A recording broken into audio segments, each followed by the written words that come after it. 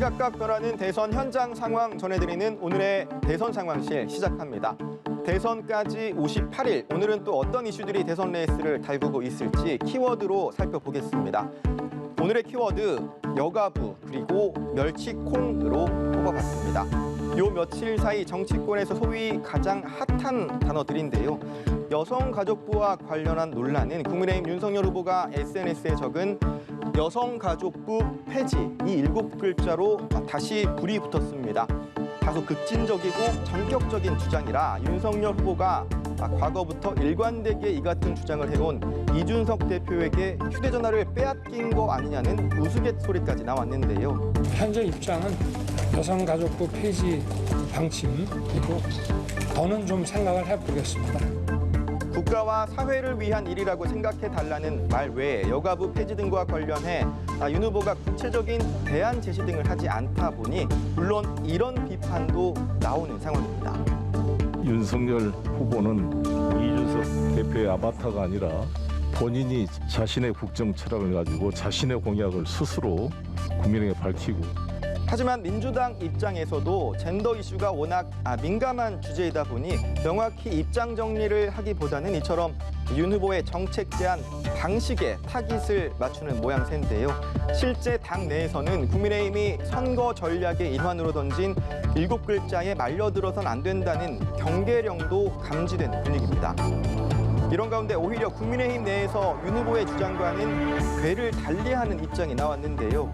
개인적으로는 여성가족부가 아직도 존재할 이유가 좀 있지 않느냐 이런 생각을 하고 있습니다. 윤 후보가 여가부 폐지는 선언했지만 구체적인 세부 내용을 발표하지 않은 상황에서 당 내부적으로도 혼선이 빚어지고 있어 여가부 폐지를 둘러싼 논란은 한동안 계속될 것으로 보입니다. 주말 사이 여가부만큼이나 여의도를 강타한 또 다른 단어는 바로 멸치콩이었습니다.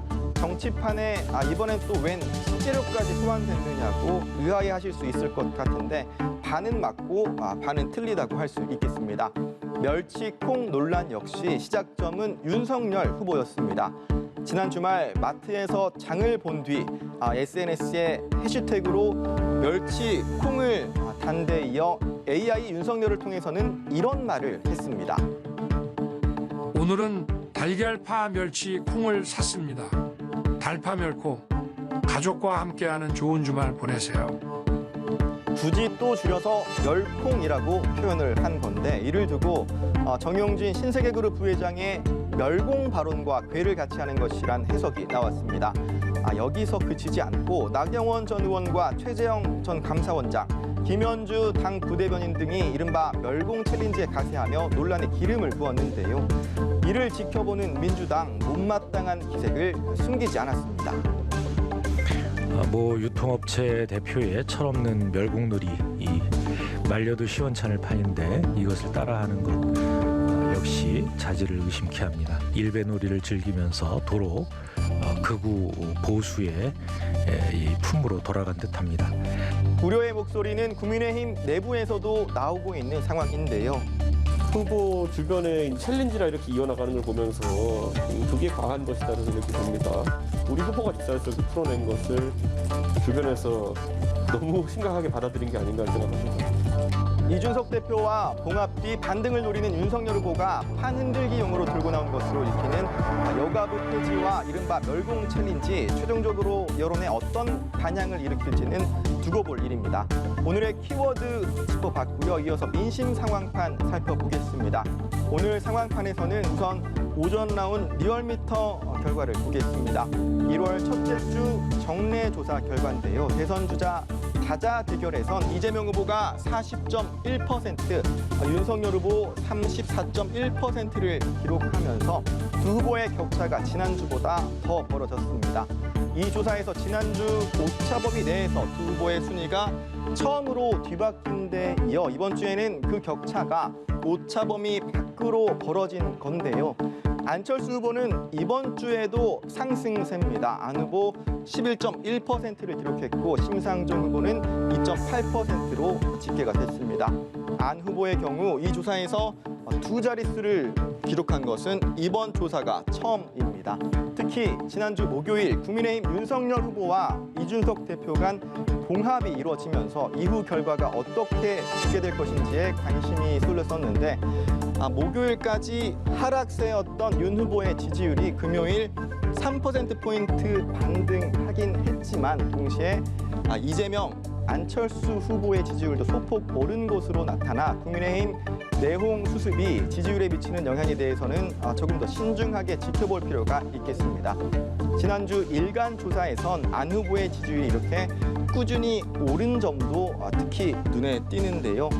이 같은 상승세에 힘입어 야권 단일화를 전제로 윤석열 후보와 안철수 후보에 대한 지지도를 물었더니 오차범위 내에서 안철수 후보가 우세를 보인 것으로 집계되기도 했습니다. 오늘 발표된 다른 여론조사 MBC 의뢰로 이뤄진 조사 중 양자 가상 대결에서는 이재명, 윤석열 대결 시에는 각각 44.5%와 39.2%, 이재명, 안철수 대결 시에는 이 후보 38.2%, 안 후보 43.5%로 집계됐다는 결과 발표도 있었습니다. 끝으로 다시 리얼미터 조사로 돌아와서요. 오늘 결과 중에서는 또 다른 눈에 띄는 결과도 있었는데요. 이 조사에서 대선 주자 지지도를 집계하기 시작한 11월 넷째 주 이후 이 후보의 경우에는 당 지지율을 계속해서 웃던 곳으로 나타났습니다. 윤 후보의 경우에도 그동안 당 지지율보다 지지율이 높았었는데 이번 조사에서 처음으로 당 지지율 그래프보다 후보 지지율이 아래쪽에 위치하는 것으로 집계가 됐습니다. 후보 지지율이 당 지지율보다 하회했다는 것은 진영 내 응집력이 낮아졌다는 것을 의미합니다. 그만큼 지난 국민의힘 갈등과 내용이 지지층에서 크게 작동했음을 반증합니다. 윤석열 후보와 이준석 대표의 봉합 결과가 지지율에 어떤 영향을 미칠지는 이번 주 결과들을 추가로 지켜볼 필요가 있겠습니다. 대선 58일 앞둔 현장 상황 오늘은 여기까지 짚어보겠습니다. 생생한 대선 레이스 상황은 내일 또 이어서 전해드리겠습니다. 지금까지 대선 상황실이었습니다.